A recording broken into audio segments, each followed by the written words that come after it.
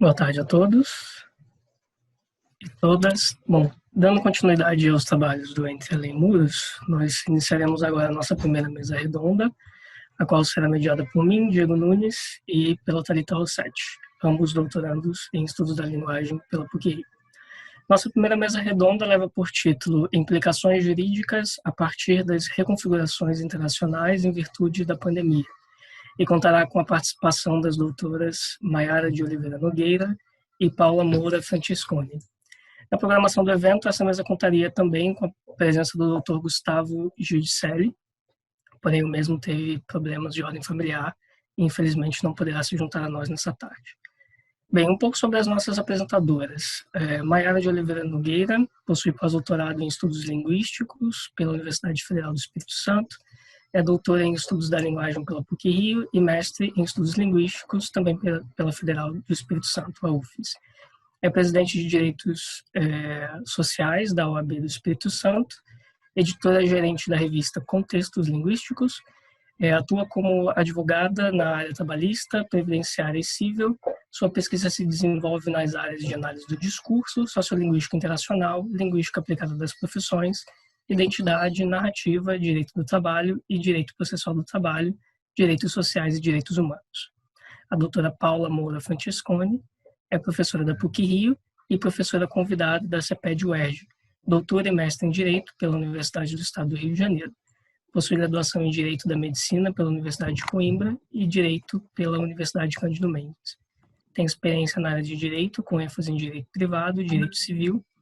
Atua como diretora financeira do IBIOS e é membro da comissão da OAB-RJ de Direito Civil e de Órfãos e Sucessões.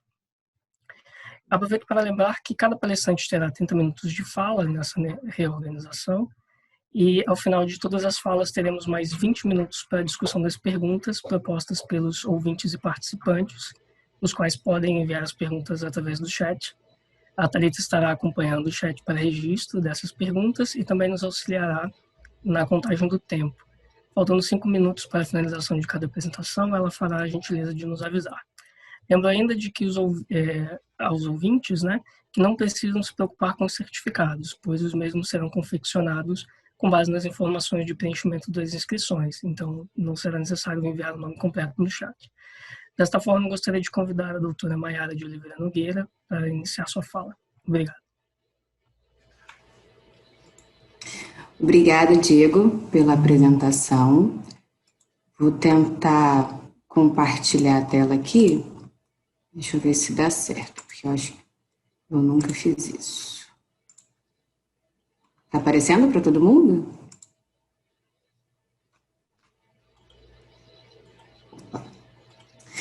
Bem, gente, boa tarde a todos. Deixa eu colocar um cronômetro aqui para eu ir me guiando. Só um segundo. Pronto. Boa tarde a todos e todas. Quero agradecer ao Diego pela gentileza da apresentação. Meu nome é Maiara, eu sou pesquisadora na área de letras e também sou advogada. Acho esse um evento muito interessante porque ele realmente extrapola os limites estritamente da academia, Pelo que já cumprimento a professora Graça, Thalita e Renata, e estar falando como uma representante da ordem é bem diferente de falar como uma acadêmica, e por isso a minha fala hoje é muito mais uma fala informativa e menos uma fala técnica. Técnica não, menos uma fala academicista, A minha fala hoje se intitula Educação em Tempo Remoto provocado pela pandemia, acordos e responsabilidades entre docentes e escolas privadas. A minha fala, ela vai se direcionar, então, à escola privada e não às escolas públicas. Na UAB, eu estou na presidência da Comissão de Direitos Sociais, os direitos que a gente chama de direitos de segunda dimensão, e são direitos de segunda dimensão porque requerem uma contraprestação ou uma prestação positiva do Estado. Dentre esses direitos, eu destaco aqui o direito à moradia, o direito ao lazer, o direito à segurança, ao transporte, enfim, uma série de direitos, dentre os quais o direito à educação e o direito ao trabalho. dois temas que vão estar aqui agora na nossa discussão. Dada a limitação do tempo, né, eu não iria ler essa narrativa, mas eu tive o privilégio e um pouco de azar de não poder ouvir o nosso colega defensor, mas aqui então eu vou poder ler para vocês uma narrativa construída por um pai. Essa narrativa foi publicada, está publicizada e está em formato público, inclusive é uma narrativa que já foi divulgada em sites como o da BBC Brasil, em que um pai narra a interação de uma sala de aula e como ele, como pai, percebe esses movimentos interacionais em sala de aula. Minha fala não vai ser uma fala voltada para interações, mas ela parte dessa percepção interacional. Vamos lá. O título da postagem é: Tia, a reunião vai até às 6 ou ai, tia, deu bug. Cenas da enorme confusão que se instalou num colégio de educação básica da rede privada que agora toca a vida escolar através de um aplicativo de trabalho colaborativo chamado Teams da Microsoft. Decidi ouvir uma das aulas junto com meu filho. Ato 1, o esquenta, total 20 minutos. E aqui quem é professor acho que vai se encontrar um pouco, principalmente nesse momento, 6 de abril, que foi bem perto do estouro do lockdown aqui, pelo menos no Espírito Santo, que se deu no dia 18 ou 19 de março. É o começo da aula que teve atraso de 10 minutos. Depois, mais 10 minutos gastos com isso daqui. Alunos. Tia, mandei uma mensagem no chat. Tia, tem gente com áudio e vídeo ligados. Tia, qual é a página mesmo? 1 minuto depois. Tia, cheguei agora, qual é a página mesmo? Tia, não vou responder não. Tia, a reunião vai até às 6 mesmo? Tia, tem de ser o que está escrito aqui embaixo? Tia, I'm over. E aí a tia. Cheguei, gente. Demorou porque não estava conseguindo entrar. Alunos e tia. Oi, minha flor, obrigada. Gente, vocês estão sentindo falta das aulas? Eu não. Estou assistindo a aula do celular porque minha mãe está trabalhando com o computador, eu estou sem chat, tia. E aí, depois desses primeiros 20 minutos, que é o que interessa aqui para nossa fala, e aí eu ressalto essa categorização da criança da aula enquanto uma reunião, o pai ele vai narrar até a construção da atividade, a correção dessa atividade, e por fim, ele finaliza essa publicação assim. Certo foi o Vicente, 9 anos, que disse: pai, isso é um meeting, não é uma aula. Um meeting que rola enquanto os pais estão em home office ou tendo que se virar para cuidar do bebê, idoso, da casa, do equipamento, da comida na cozinha, da internet que está caindo. Sedu, por onde anda você, baby? Sedu é a Secretaria de Educação aqui no Estado do Espírito Santo. E aí, eu trago alguns marcos legais, né, que são importantes nessa área trabalhista e vou me ater especificamente àquilo que é pertinente à área da educação. Como os marcos legais importantes, nós temos o Decreto Legislativo número 6, de 20 de março de 2020, que é o decreto que vai declarar o estado de calamidade pública no Brasil, a medida provisória 927, de 22 de março de 2020, que é a medida provisória que vai alterar as regras trabalhistas no que se refere a uma série de direitos que estavam previstos na CLT, que passam a ser flexibilizados durante o período da pandemia, e essa MP ela tem os seus efeitos estendidos até o dia 19 de julho desse ano. A MP 936, que é a MP que vai tratar de redução de jornada, redução salarial, nessa porcentagem de 25% a 70%, e a possibilidade de suspensão de contratos de trabalho. A MP 946, que é a medida provisória que vai possibilitar o saque de FGTS por trabalhadores no valor de um salário mínimo. E é aqui que a gente vai se focar na fala de hoje. A nota técnica do Ministério Público do Trabalho, de 17 de junho de 2020.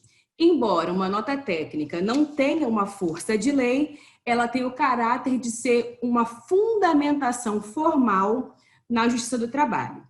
E aí ela serve de base para entendimento jurídico para se pleitear um direito trabalhista.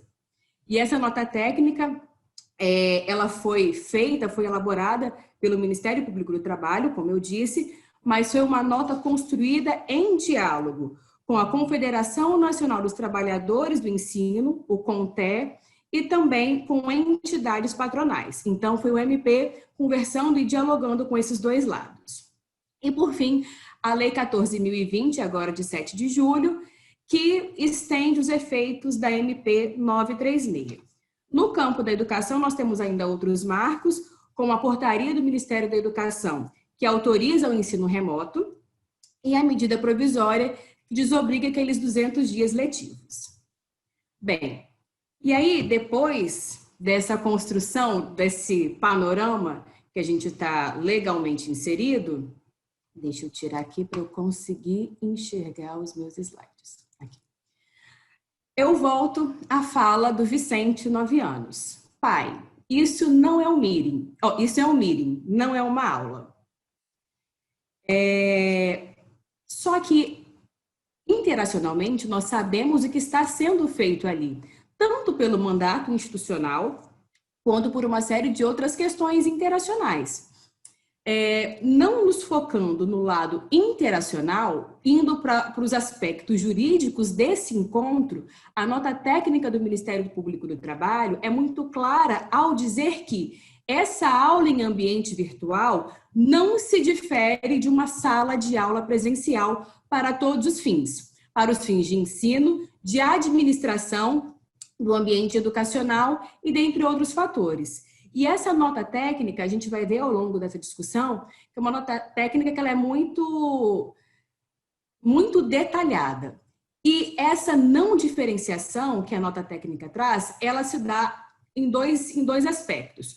O primeiro, que é a liberdade de cátedra do professor, e o segundo, vinculado a essa liberdade de cátedra, é o fato de que nessa sala de aula virtual, que equivale a uma sala de aula presencial, só pode estar inserido ali a equipe que o docente permitir que esteja nessa sala de aula.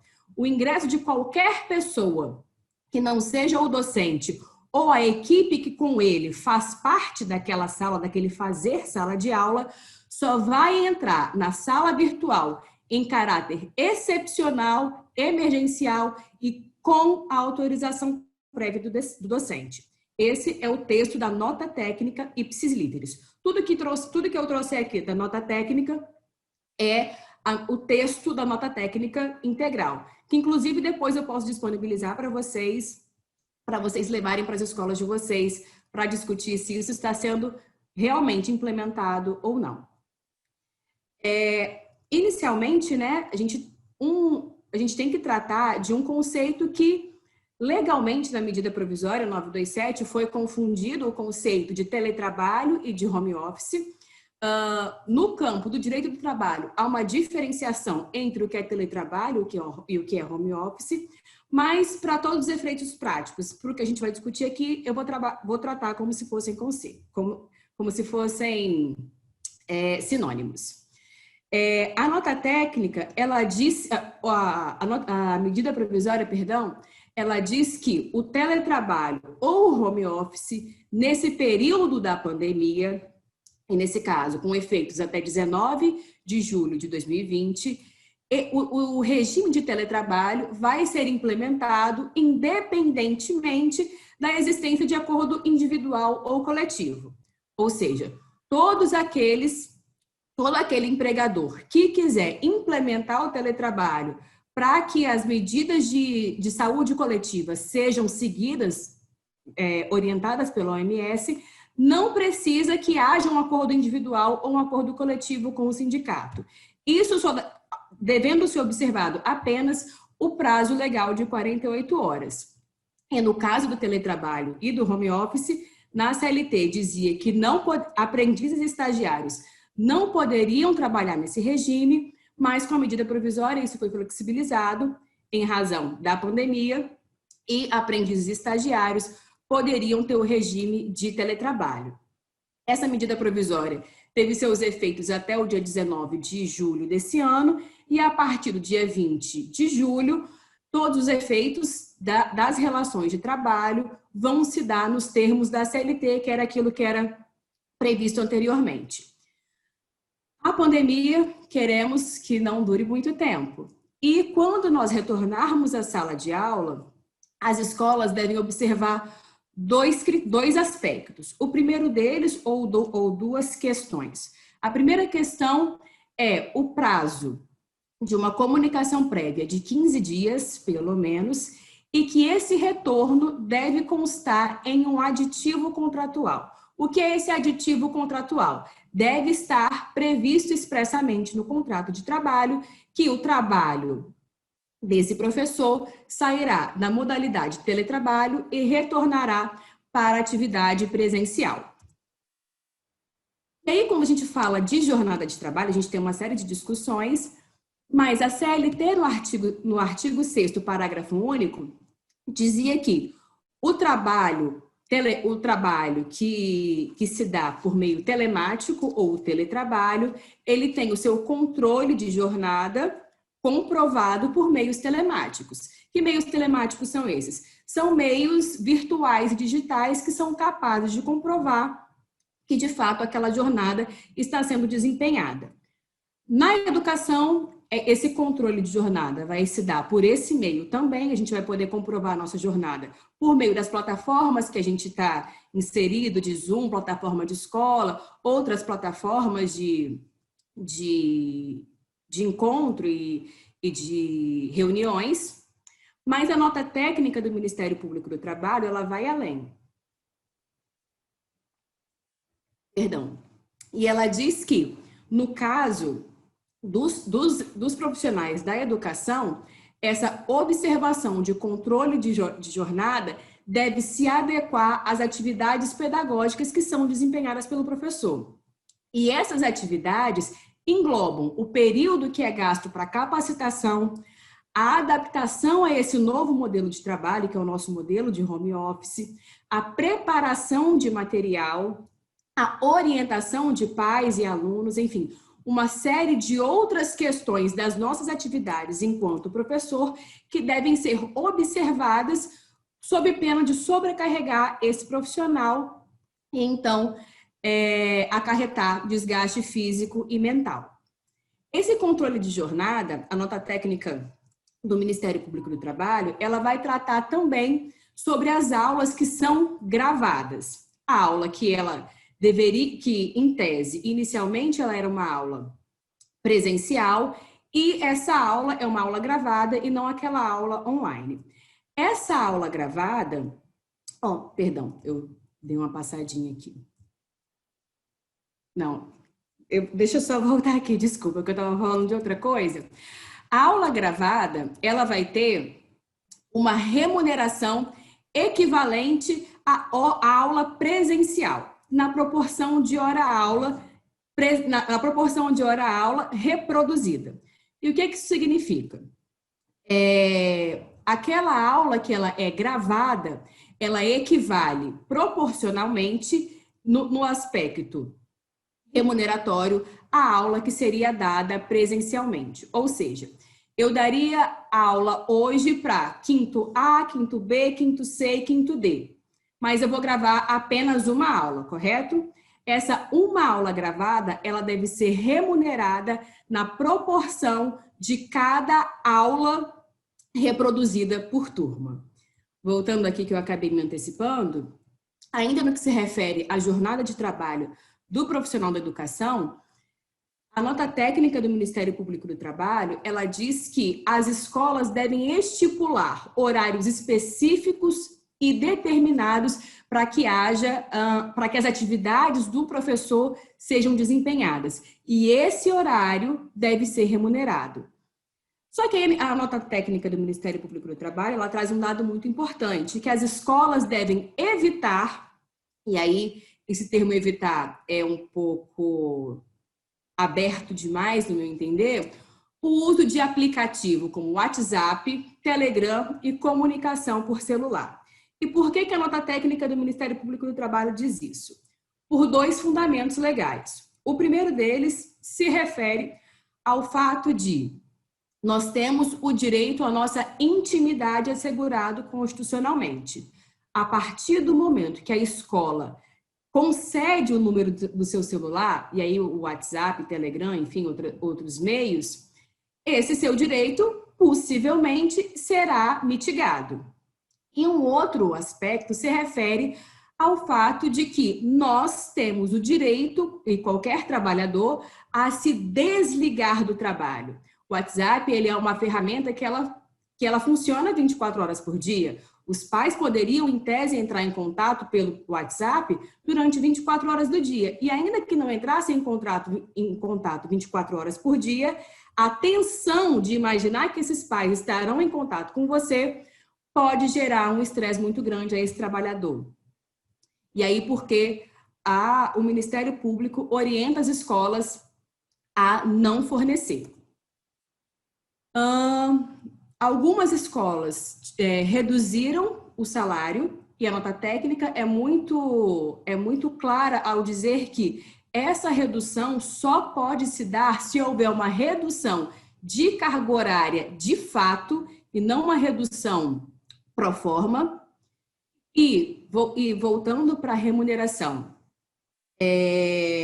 no que se refere à remuneração do profissional da educação, nesse meio pandêmico, a nota técnica ainda diz que as escolas devem regular essa conversão de aula presencial em aula gravada. Como eu havia dito da questão remuneratória, a nota técnica diz ainda que essas aulas gravadas, elas devem ter, primeiro, um uso específico, e aí ela vai estar lá na plataforma, sendo a aula que seria ministrada, e o uso específico dela é o uso para processo de ensino-aprendizagem, e ela deve estar na plataforma por um período determinado, ela não vai ficar ali ad eterno.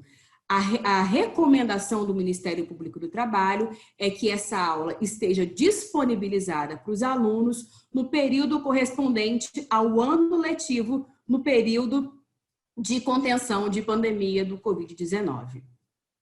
Isso aqui eu já falei. E voltando ao direito à privacidade. Eu falei um pouquinho brevemente sobre o direito à privacidade.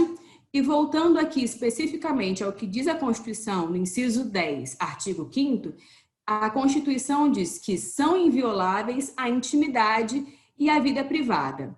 E como que o Ministério Público do Trabalho traz isso para as nossas relações de trabalho na educação? A nota técnica diz que a intimidade e a vida privada do professor deve ser garantida a não exposição do seu ambiente doméstico. Ou seja, a nossa aula que a gente dá pelo Zoom ou qualquer outra plataforma, nós estamos dando pela nossa casa ou da nossa casa. Tudo isso daqui é a minha vida privada. Eu tenho o direito constitucional de que ninguém veja a minha casa. Então, a nota técnica, ela visa garantir o respeito a essa intimidade, ou o direito à minha vida privada. E ela orienta que as escolas usem plataformas que ofereçam plano de fundo. Assim como aqui no Entre Muros, aqui no nosso evento, a comissão organizadora tem um plano de fundo em que não é possível ver a casa deles, ou onde quer que eles estejam, é garantida a intimidade dessas pessoas. Ao professor, esse direito à vida privada também é garantido. E aí, esse mesmo inciso 10, ele diz que também é inviolável a imagem das pessoas. E aí, a nota técnica do Ministério Público do Trabalho diz que as escolas devem advertir professores, alunos, responsáveis, toda a equipe pedagógica sobre a proibição da imagem, da voz e do conteúdo autoral do professor. E aí, quando a gente fala de conteúdo autoral, o artigo 27, o inciso 27 do artigo 5º da Constituição vai tratar de direito autoral e vai dizer que aos autores pertencem o direito exclusivo de utilização, publicação ou reprodução de suas obras. E aí, nós entramos numa discussão doutrinária. Parte da doutrina diz E aula é direito autoral, outra parte diz que não, mas para todos os efeitos dessa nota técnica, o conteúdo da aula, o material de apoio que é construído pelo professor, os slides e as apostilas para a ministração dessa disciplina ou para a construção do diálogo nessa disciplina, ele deve ser protegido pela escola sob pena de se violar direito autoral. Ou seja, as aulas são conteúdos autorais que devem ser protegidos pela escola. Os dados pessoais do professor só podem ser disponibilizados com consentimento prévio e expresso dos docentes. E aí a gente está falando de imagem, voz, inclusive o nome desse professor, assim como todo o material pedagógico produzido por esse profissional. E aqui cabe um adendo que há de se observar, caso a caso, o contrato de trabalho estabelecido entre professor e escola e o contrato de consumo estabelecido entre escola e aluno, porque muitas vezes há esse consentimento nesses contratos anteriores e aí a gente é pego de surpresa porque não lembra que naquele contrato inicial nós já tínhamos consentido essa disponibilização. Essa nota técnica ela é uma nota que ela é muito específica para o nosso campo de atuação enquanto professores e ela trata, inclusive, de regras de etiqueta. E esse é o termo que é trazido na nota técnica. E o Ministério Público diz que as escolas devem adotar modelos de etiqueta digital em que, em primeiro lugar, deve ser respeitada a liberdade de cátedra e expressão. Segundo, deve ser proibido assédio moral e bullying. E aí aqui é o que eu acho muito importante dessa nota técnica. O assédio moral, ele pode ser caracterizado, segundo o Ministério Público do Trabalho, pela presença do orientador pedagógico ou coordenador sem prévio conhecimento do professor ou professora. Isso é uma coisa que a gente vê acontecendo muito atualmente, coordenadores que ingressam nas nossas aulas, que nós não demos essa autorização previamente, e segundo o Ministério Público do Trabalho, isso configura assédio moral. Essas regras de etiqueta, inclusive, deve primar para que não sejam construídos nesse meio apelido pejorativo e memes, construção e propagação de memes, sob pena de se caracterizar crime ou contravenção penal nos termos do nosso Código Penal brasileiro. E aí, já me direcionando para o fim da minha fala, a Unesco, que é o braço da ONU no que se refere à educação, ela traz 4 recomendações num documento chamado Força Tarefa Internacional de Professores pela Educação.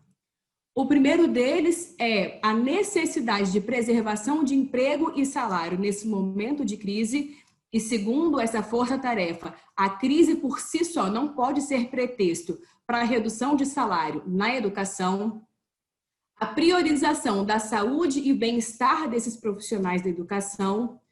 Dar voz aos professores, além do oferecimento de treinamento para lidar com esse tipo de circunstância, treinamento esse que muitas vezes foi negado. E, por fim, a necessidade de inserção da discussão sobre a igualdade no centro desse debate. E por que igualdade? Diz o documento da ONU. As soluções tecnológicas que asseguram a continuidade do ensino frequentemente exacerbam as desigualdades. E a pandemia, ela veio e escancarou forças sociais que já existiam anteriormente. Isso porque educação remota e virtual só são eficientes para professores, estudantes e famílias com eletricidade adequada, conexão à internet, computadores e tablets e espaço físico para trabalhar.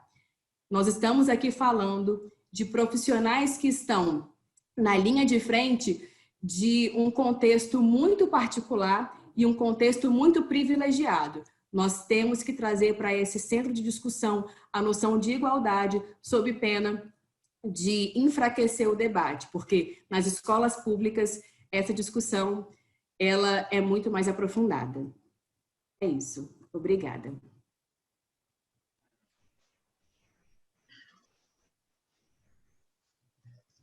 Olá, professora Maiara, está me ouvindo? Estou, eu vou só... Nós agradecemos sua participação, foi rica, muito interessante, muito importante, e passamos a palavra para a professora Paula Moura. Ao final faremos o debate, então já há perguntas para a sua apresentação. Estou selecionando e a gente faz o debate daqui a pouquinho. Tá bom? Tá obrigada. Então, professora Paula, quando a senhora estiver preparada, pode dar início à sua apresentação. Muito obrigada desde já. Primeiramente, boa tarde a todos. Peço desculpa aqui pela demora, depois fiquei um pouco perdida aqui nos botões, mas agradeço a oportunidade pela PUC-Rio, comissão organizadora, o convite, né, para poder falar com vocês aqui por meio de um espaço plural, né, em que há aqui uma forte interdisciplinariedade que nos permite aqui dialogar um pouco a respeito de vários desafios que essa pandemia tem trazido, né, acho que em todos os setores, né, e o direito, portanto, não fica longe disso.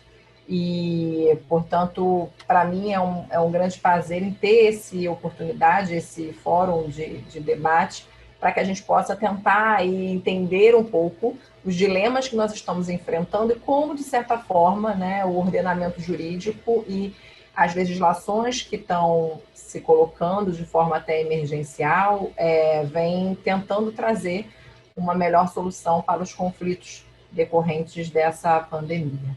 Então, eu agradeço aí já de antemão e fico muito feliz também de ter ouvido a palestra da professora Maiara. Eu acho que aqui, quando nós falamos, nós enfrentamos um pouco, né, como partícipes e como profissionais, esses problemas decorrentes, né, da educação hoje, com toda essa tecnologia e essa necessidade aí de manter o ensino à distância e, com isso, tentar minimizar um pouco os danos que todos nós estamos sofrendo, principalmente na seara da educação. E na seara da saúde também não é diferente, né? E por isso a gente precisa de ter aí alguns momentos, algumas normas que podem tentar auxiliar esses pontos e esses desafios que nós colocamos. Na verdade, a minha fala fará o corte, né, na perspectiva dentro da telemedicina, pela proposta, inclusive, desse programa, né, desse debate, né, do projeto Entre e Além Muros, vários pontos foram ressaltados no que diz respeito aos problemas que na área da saúde nós temos enfrentado, né? E a gente tem hoje, e estamos vendo um crescimento bastante substancial. Inclusive, a própria PUC-Rio tem, né, no direito um curso de especialização, eu tenho a oportunidade de dar aula nesse curso de Direito de Saúde, né, em razão dessa importância da multidisciplinariedade e desse diálogo entre o direito e a saúde. E me chamou muita atenção quando eu comecei a ler, né, o projeto em si, e por isso fiquei muito feliz até com o convite, porque várias interrogações, vários questionamentos foram colocados a respeito dos problemas que a pandemia trouxe na área da saúde, né? Primeiro, a questão atinentes aos próprios profissionais de saúde, né, que têm aí que interagir entre si nessa linha de frente do combate da Covid-19, e cada vez mais para eles o desafio em razão de estarem expostos ao risco, não terem ainda soluções e formas concretas de prescrever, né, de forma segura, vamos dizer, para os pacientes, né, como conduzir o tratamento médico nessa seara, e isso, dentro do direito, vai trazer algumas repercussões, principalmente no campo da responsabilidade civil, né, e aí a gente tem vários debates em relação ao uso de medicamentos que não são medicamentos desenvolvidos especificamente para o tratamento da doença, haja vista várias discussões que se tem, por exemplo, com o uso da cloroquina, da hidroxicloroquina, e isso já traz aí um desafio para os profissionais da saúde, né? Principalmente porque a gente está diante de um medicamento off-label e, portanto, não é algo também tão simples para eles, né? As mudanças que eles tiveram na sua vida, na forma de interação social, e em muitos debates em aulas, inclusive, a gente viu os médicos, os profissionais de saúde como heróis, mas ao mesmo tempo numa linha muito tênue como vilões, à medida que eles são sempre possíveis de estar contaminados, né, com a doença, já que estão nessa linha de frente, e aí em vários ambientes nos edifícios, nos prédios, problema da vizinhança, né, um certo afastamento, um certo medo, né, dos profissionais de saúde trazerem contaminação para os ambientes. Então isso também é um problema que a gente começou a vislumbrar, né? Uma certa vulnerabilidade que se coloca não só para o profissional de saúde, que também vai afetar para o paciente, mas para o profissional de saúde também, incluindo aí nesse aspecto como um grupo necessário de maiores cuidados, né? O problema dessa necessidade de deshospitalização, de tentar evitar que todos se dirigissem aos hospitais, e aí com isso a importância de você desenvolver um atendimento à distância, e aí é que vai nascer a ideia, né, da gente resgatar o conteúdo e o conceito do que vem a ser a telemedicina, que na verdade esse vai ser o meu corte, né, de abordagem aqui nessa tarde com vocês. Alguns pontos relacionados aí em razão dessa ausência ainda de um tratamento eficaz, e aí condutas para tentar o distanciamento social, o isolamento social e, portanto, condutas de higienização, mas nada concreto. E, portanto, uma área na pesquisa que vai se desenvolvendo cada vez mais é a busca, né, através de ensaios clínicos, de pesquisas com seres humanos para a obtenção de medicamentos ou até mesmo vacinas e dispositivos médicos para auxiliar aí na tentativa de encontrar uma solução, né, um combate para a Covid-19. Na perspectiva da análise, né, da telemedicina, a gente verificou uma preocupação mais específica em desenvolver de forma muito célere novos mecanismos, novos instrumentos para tentar atender a essa população, né? Manter aí um atendimento à distância, sem comprometer a saúde e, ao mesmo tempo, garantindo a segurança de todas as pessoas aí envolvidas.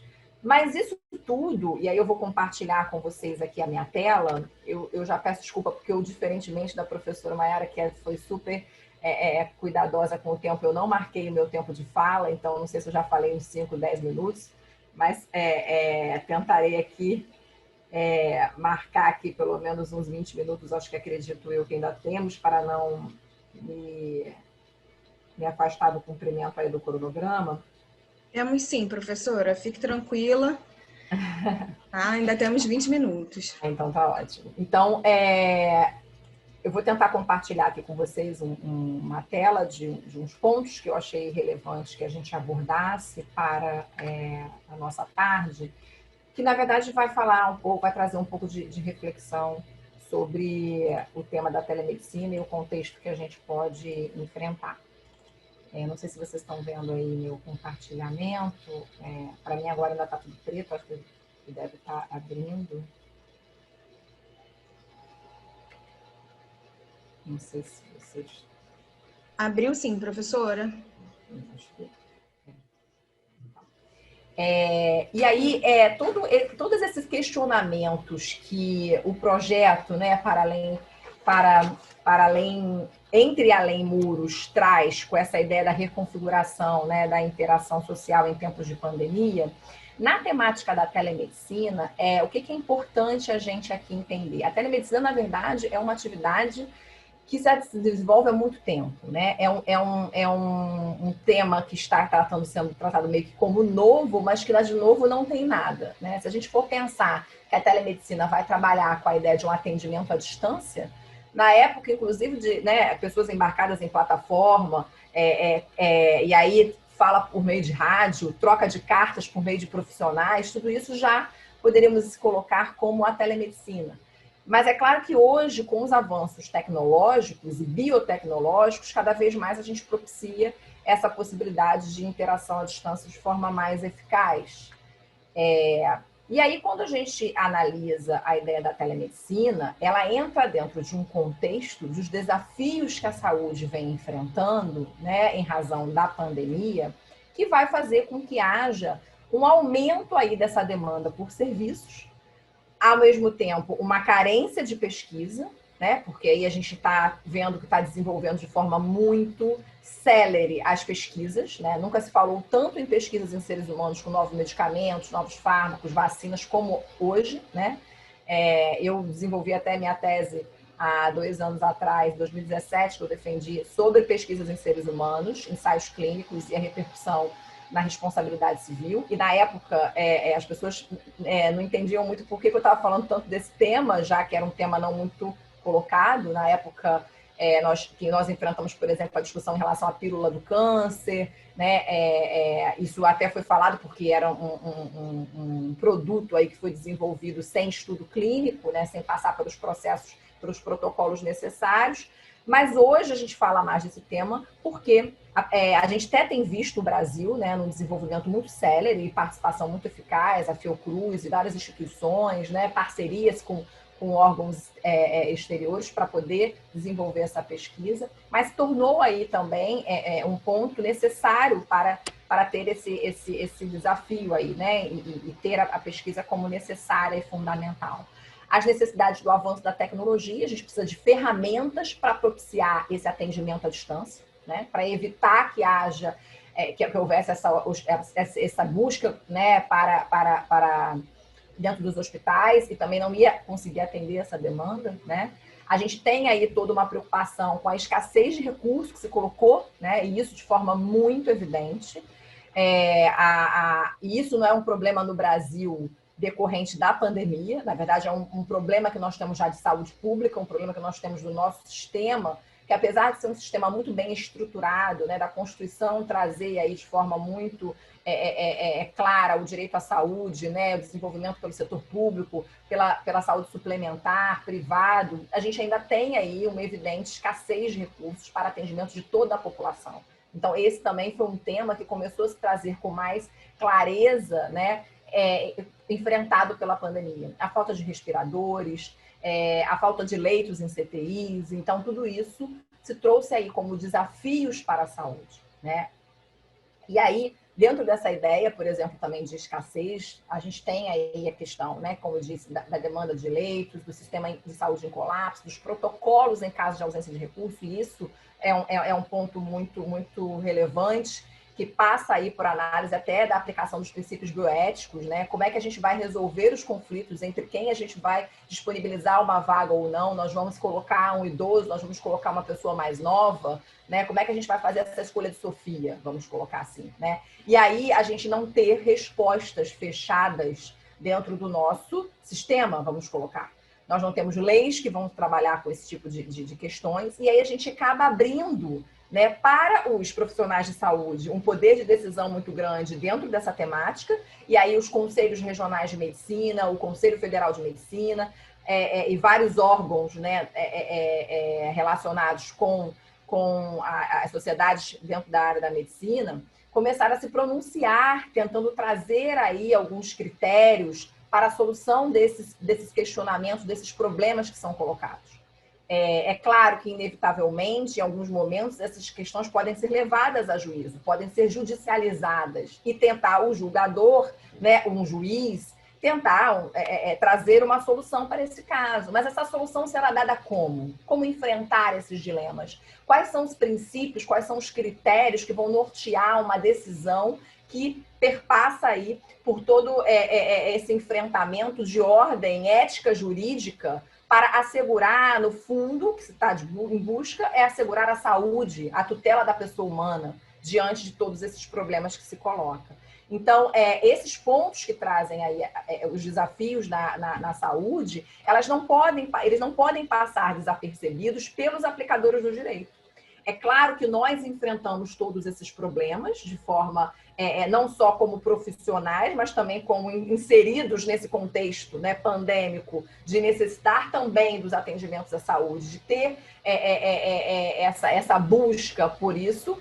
mas a gente também tem que fazer a análise da perspectiva de como o direito pode dialogar com essas áreas, com a medicina, com a bioética, com a biomedicina, né? E até mesmo em outros setores em que a tecnologia vai chegar para permitir que haja aí esse atendimento e a proteção à saúde humana.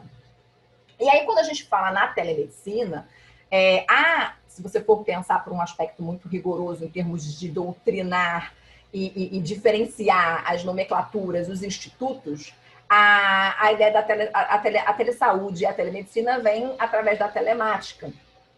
E aí a gente tem, dentro da telesaúde, uma visão, um corte de uma política pública mais ampla, no aspecto coletivo, né?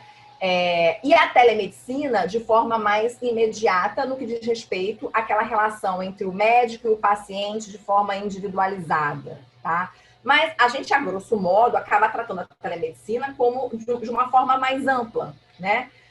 No Brasil, antes mesmo do momento da pandemia, já havia todo um esforço dentro da ideia da telesaúde, da ideia da telemedicina, né, pelo Ministério da Saúde, em estabelecer algumas diretrizes, né, no âmbito do SUS.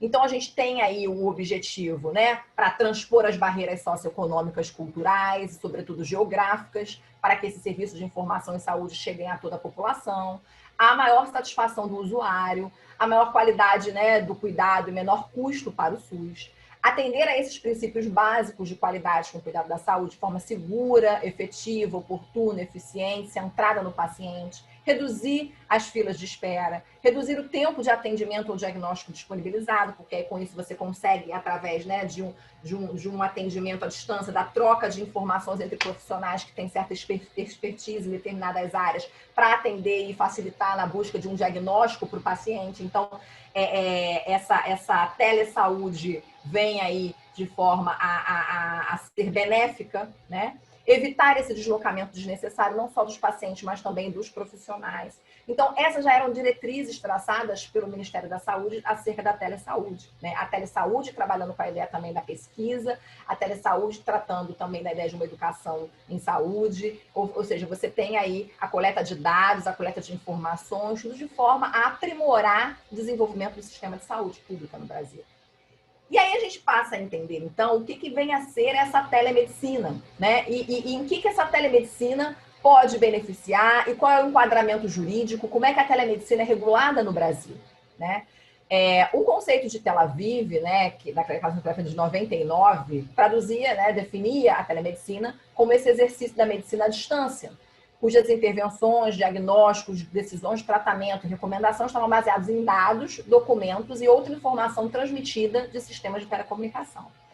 Com a pandemia, nós passamos a ter uma lei específica que veio regular a telemedicina, mas essa lei ela veio regular a telemedicina só por esse momento, enquanto há a necessidade, né, dessa crise causada pelo coronavírus, né? Então, a gente teve a lei 13.989 de 2020, que foi sancionada pelo presidente, né, Jair Bolsonaro, em abril, né, deste ano.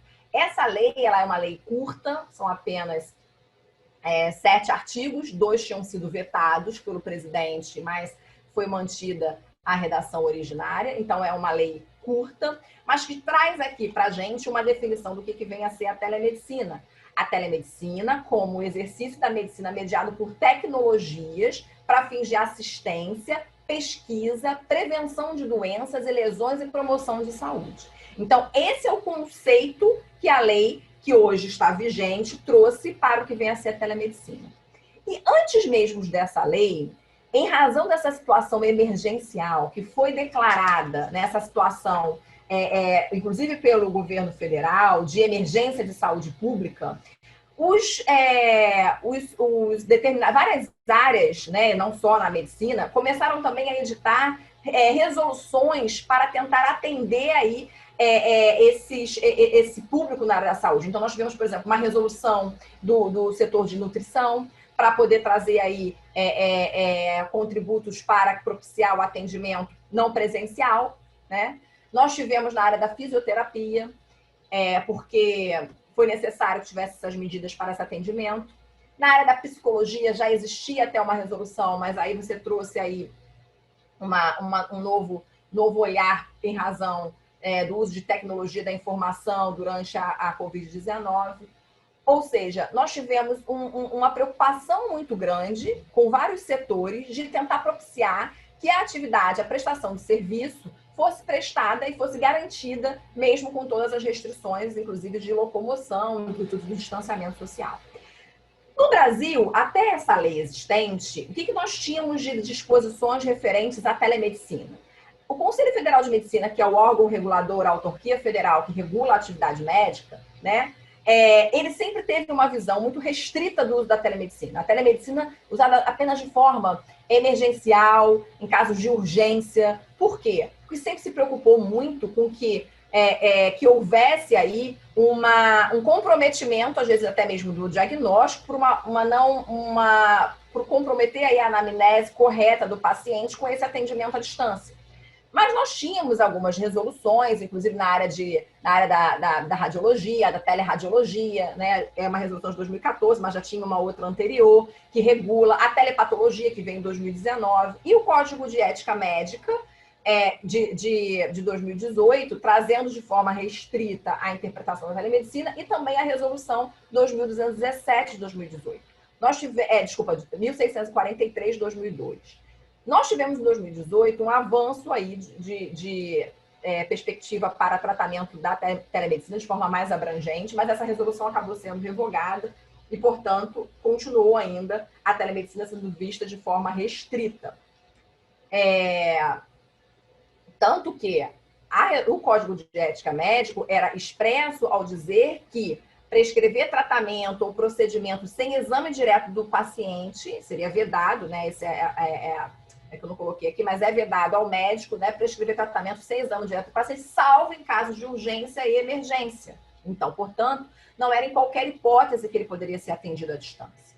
Da mesma forma, a resolução específica que trata de telemedicina, que ainda está em vigor, né, que também colocava em casos de emergência.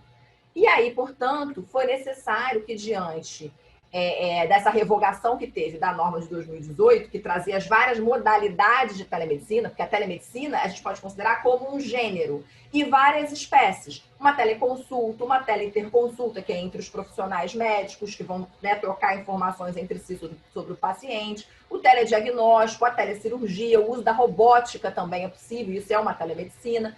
A teletriagem médica, o telemonitoramento. Hoje nós temos a ideia de telemonitoramento, até em sede no meio da pandemia, em razão da Covid. Por exemplo, quando você pede para um paciente te dizer como é que está a análise pelo oxímetro, isso é um telemonitoramento.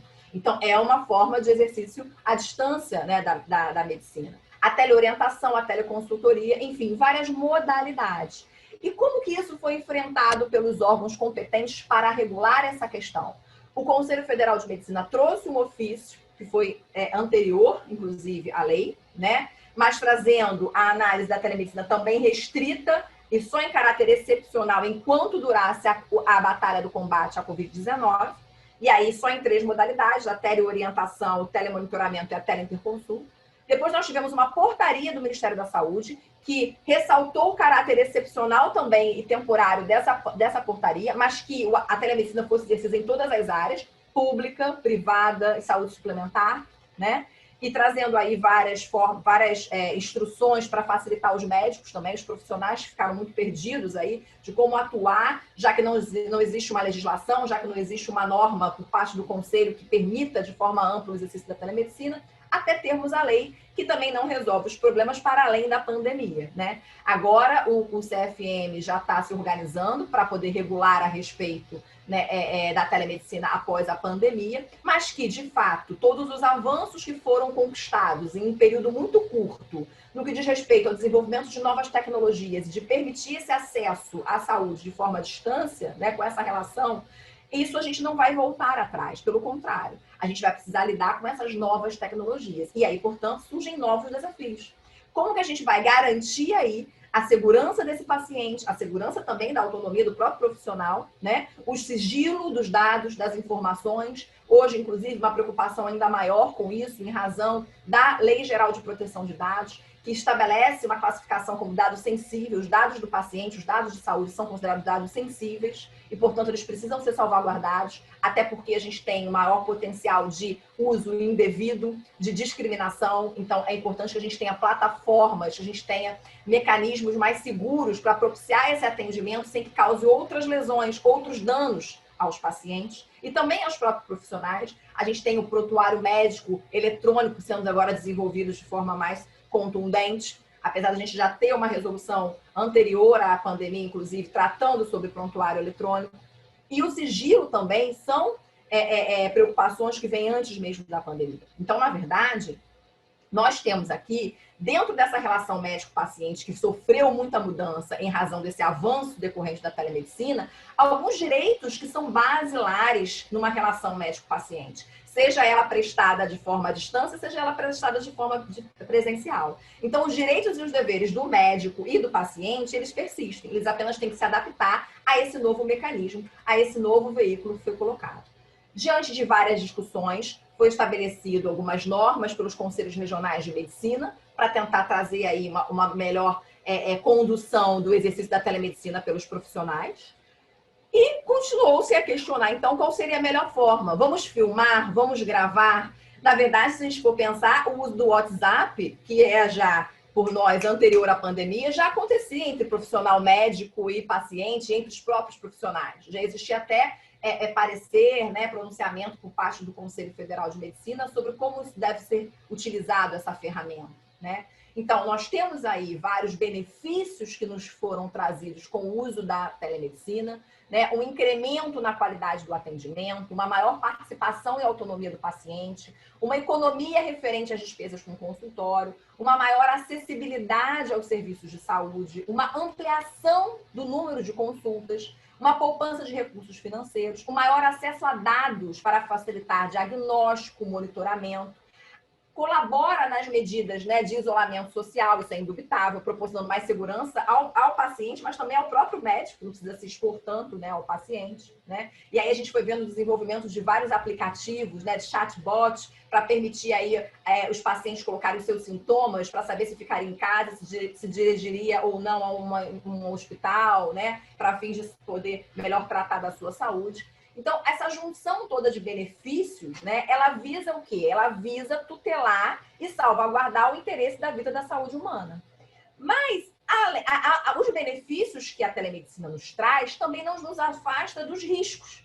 E quais seriam esses riscos? Essa ativação digital, essa hiperresponsabilização, né? Novos danos que podem ser sofridos pelos pacientes, novos desafios que os profissionais de saúde vão enfrentar, né? A minha responsabilidade é cada vez maior, vai pensar assim o profissional médico, né? O comprometimento da anamnese, até que ponto e quais especialidades eu posso garantir que seja feita à distância sem comprometer o diagnóstico daquele paciente. Então, a gente tem o problema aí em relação a eventuais erros de diagnóstico, né? Porque às vezes a plataforma não é suficiente para dar o atendimento que necessita o paciente.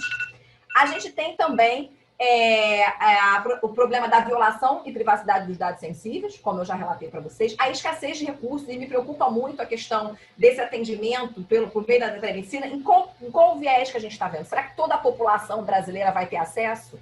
As novas tecnologias são muito importantes e são essenciais, mas elas também não são de fácil acesso a todos. Nós temos problemas de muitas pessoas com falta de computador, com falta de boa conexão, pessoas que não sabem mexer, né, nos aplicativos, não sabem mexer ainda nessas novas tecnologias e, portanto, elas vão ficar alijadas, elas vão ficar afastadas de um atendimento eficaz e eficiente da sua saúde. Então, esse é um ponto também que a gente precisa pensar, porque aí você pode ter uma desigualdade de atendimento, né? A discrepância entre um serviço público e um privado de saúde, a falta de segurança no armazenamento de dados, o que esses dados vão ser utilizados, para quê, para onde vão parar os meus dados médicos, os meus dados de saúde, né?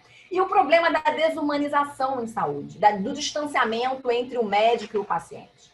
Então, todos esses riscos que a telemedicina nos traz, e também os benefícios, traz para nós que estamos na qualidade de pacientes, mas também para os operadores de direito e para os profissionais de saúde, desafios que precisam ser solucionados. Através de quê? Como é que a gente vai resolver esses conflitos todos, esses riscos que nos são colocados? Através de uma interpretação à luz do ordenamento jurídico, que visa a proteção da pessoa, da salvaguarda dos seus direitos fundamentais, seu direito à informação, seu direito ao sigilo, seu direito a uma saúde eficaz. Então, tudo isso precisa ser lido e interpretado para que a gente tenha como foco principal, dentro de todo esse contexto, né, dentro de todos esses problemas que a pandemia nos trouxe, de permitir que, através de um diálogo, o uso dos princípios da bioética, nós tivemos aí vários recomendações por parte dos conselhos federais, inclusive de utilizar o princípio da autonomia, o princípio da justiça, o princípio da não maleficência, da não beneficência, para contribuir com decisões difíceis a serem tomadas pelos profissionais de saúde, e que também, de certa forma, esses princípios, a despeito de não ser jurídicos, também têm como uma carga valorativa, axiológica, presente nos nossos princípios jurídicos, principalmente o da dignidade da pessoa humana. Então, da solidariedade, inclusive, que é um princípio muito falado agora nesse momento de pandemia, né? A busca da solidariedade, e a solidariedade pode ser lida em vários vieses, vamos colocar assim, várias perspectivas. Então, o que a gente pretende, e por isso a grandeza que eu vejo desse projeto, é esse diálogo que tem que haver entre as várias áreas do saber, para que a gente consiga, através de uma interação, entender os desafios e os problemas que foram postos dentro da pandemia e juntos tentar propor algumas formas de dirimir todos esses conflitos que nos são postos.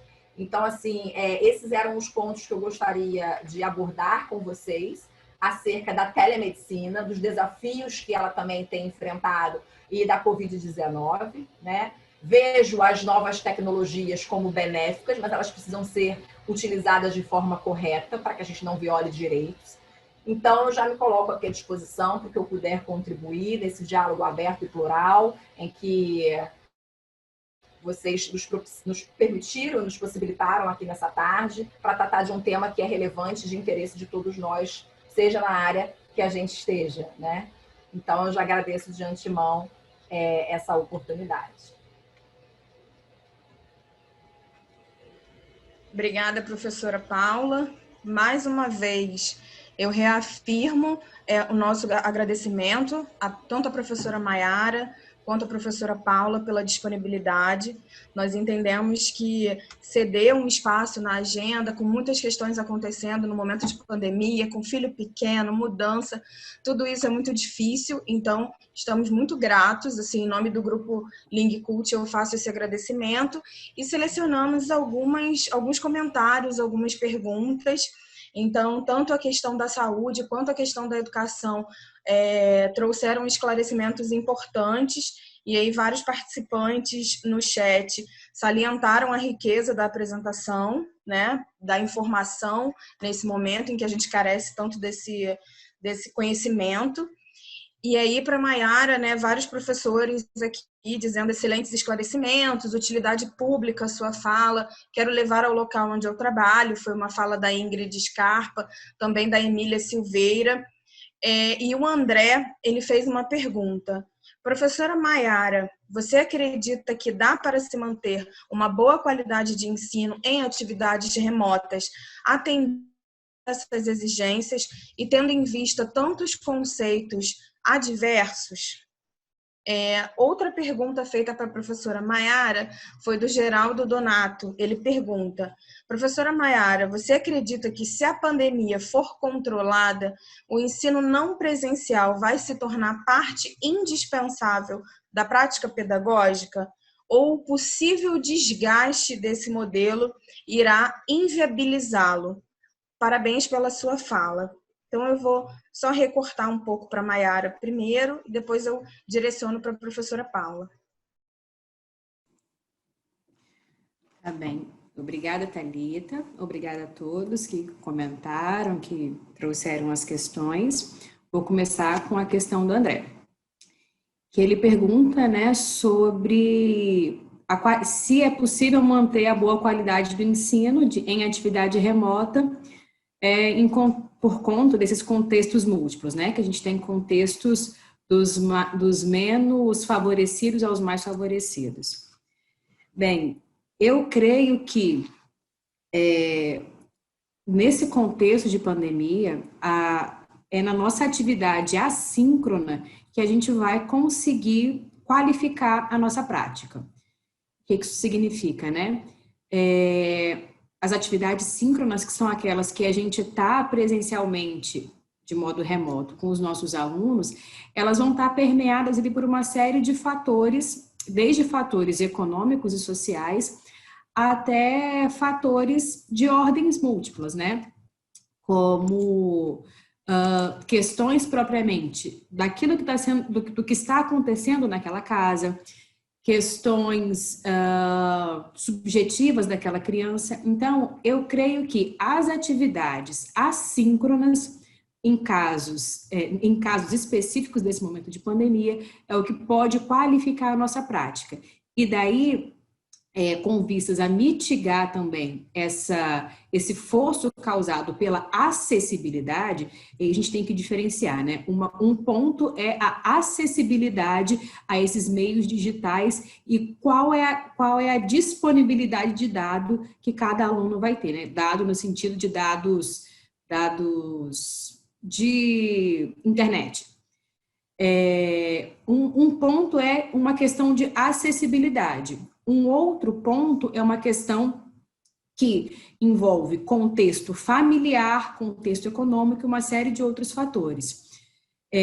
Nessa questão de acessibilidade, eu acho que não havendo política pública de fomento, é impossível a gente lidar com esse tipo de relação.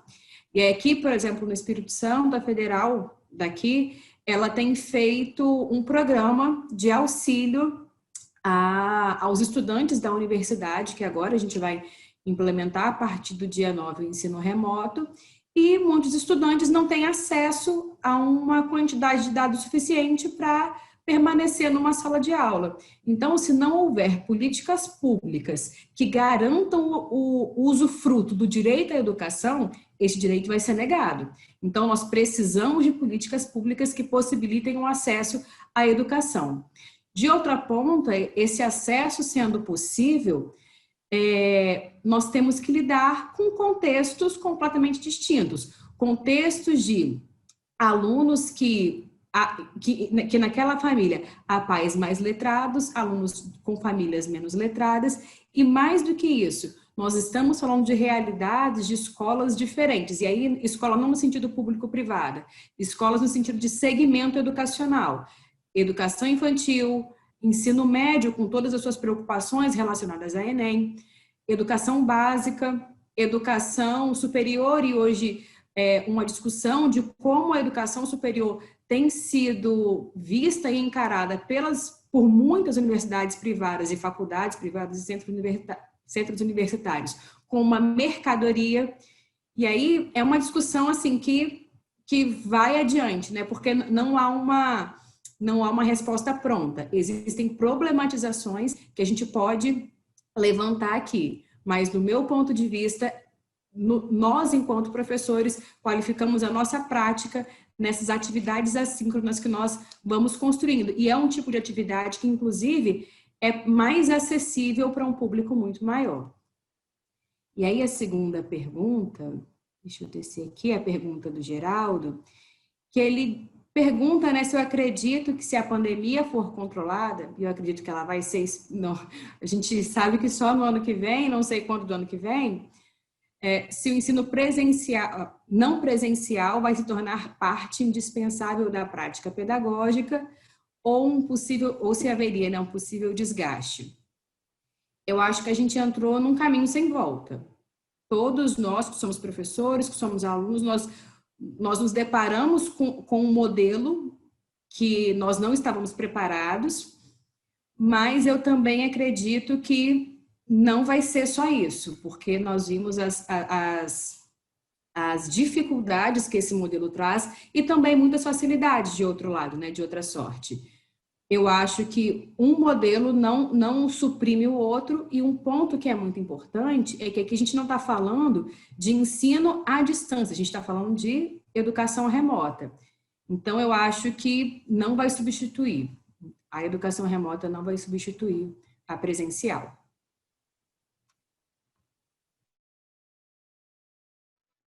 Obrigada, Maiara. Professora Paula, há uma pergunta e um comentário. Uma pergunta da professora Maria das Graças, em que ela pergunta: como lidar com os direitos e a necessidade de atendimentos? E o Orlando Miranda, ele faz um comentário interessante. Não consigo vislumbrar o uso da telemedicina em regiões sem conexão com a internet. Populações ribeirinhas do interior da Amazônia, por exemplo, já possuem imensas dificuldades em conseguir consultas na cidade mais próxima. Imagina a tentativa de atendimento via internet, onde não há esse acesso. Como considerar a questão?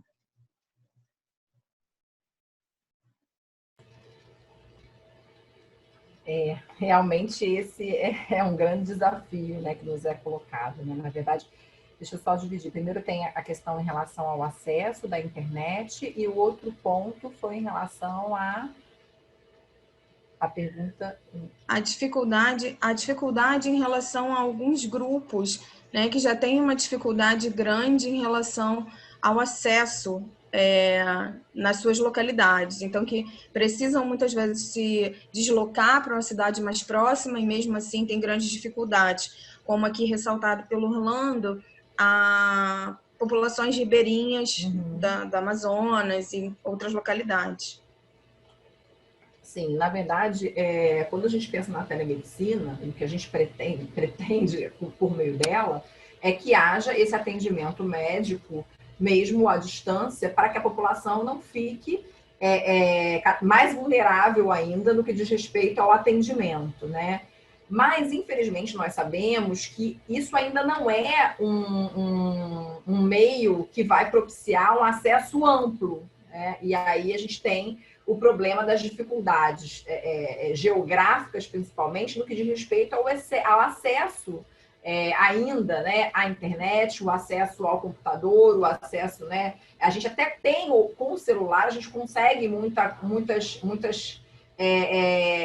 o celular ainda já um veículo bem completo no que diz respeito à possibilidade de troca de informações, né? Mas não há uma garantia de que toda a população vai ter acesso. Então, o desenvolvimento dessa tecnologia ele tem que vir agregado ao desenvolvimento dos meios também para propiciar esse acesso. Então, não adianta a gente ter uma norma que autoriza o uso da telemedicina, não adianta a gente ter um movimento todo para fazer com que esse ato seja um ato legal, seja um ato legítimo, né? Essa atividade, essa forma de exercer a atividade, se a gente não propicia que a totalidade, o ideal é a totalidade da população ter acesso, né? A gente tem aí um ponto a enfrentar, principalmente para que não haja um tratamento desigual entre as pessoas, né? Ou seja, você vai beneficiar mais aqueles que vivem em determinada região, mas aqueles que têm uma condição econômico-financeira melhor, em detrimento de outros. Então, a gente precisa tratar para que esse ponto seja objeto de debate também, entre na pauta aí, para dentro dessas diretrizes, até do próprio SUS, né? Para que essa telesaúde seja exercida de forma eficaz, né? Então, esse realmente é um desafio. É claro que a gente vai precisar de políticas públicas para isso, que precisam ser desenvolvidas, né? Para que haja esse acesso e para que a gente tenha a garantia da prestação do serviço de saúde eficaz e seguro, né, para todos. Então, a gente, antes mesmo da pandemia, já tinha o problema do acesso, né, por parte de grande parte da nossa população, de não ter acesso à saúde, né? Agora são novos desafios. Então, esse é um ponto também muito importante que foi colocado e que a gente precisa ter o olhar, né, dentro dessa perspectiva. Porque quando a gente fala em escassez de recursos, a gente está falando de escassez de recursos não só em relação a medicamento, não só em relação a leitos, não só em relação a respiradores, a gente está falando também de escassez de recurso no sentido amplo, né, de qualquer veículo que seja necessário para propiciar o atendimento à saúde. Então, esse realmente é um ponto e é um fator que tem que estar sendo colocado aí para atendimento, né, por parte dos governadores, dos governantes, para que isso seja permitido, né, e possibilitado.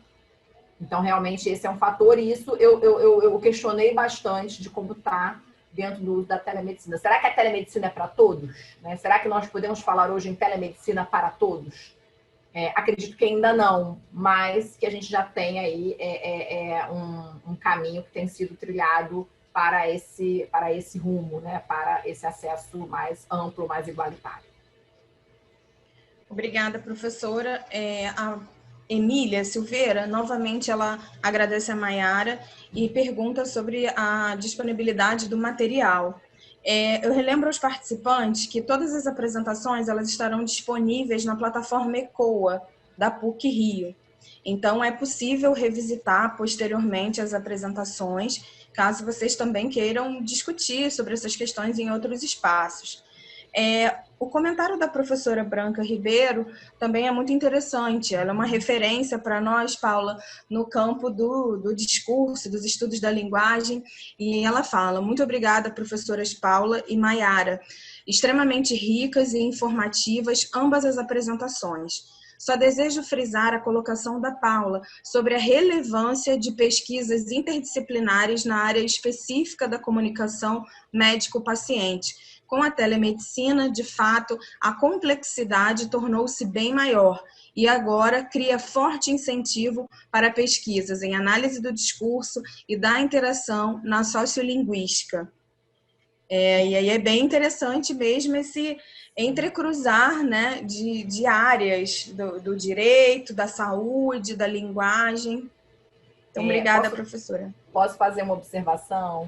Claro. Professora Branca, eu agradeço a sua colocação, e isso é um ponto também muito relevante, que eu acho que, aproveitando aí essa oportunidade que o Conselho Federal de Medicina está tendo para rever as normas referentes à telemedicina e tudo, porque essa comunicação, essa interação entre o médico e o paciente, né, a gente durante muito tempo passou aí de uma visão dessa relação muito hipocrática, né? O médico sempre colocado naquela posição superior em relação ao paciente, o médico dono do saber. A gente não tinha esse diálogo muito claro entre médico e paciente, né? E agora, com uma relação um pouco mais, não tão horizontal, mais vertical, dialógica, a gente vê que novos desafios são colocados nessa temática por conta da forma como o paciente consegue expressar, por exemplo, para o médico os seus sintomas, o que ele tá sentindo, e da mesma forma o médico compreender aquilo que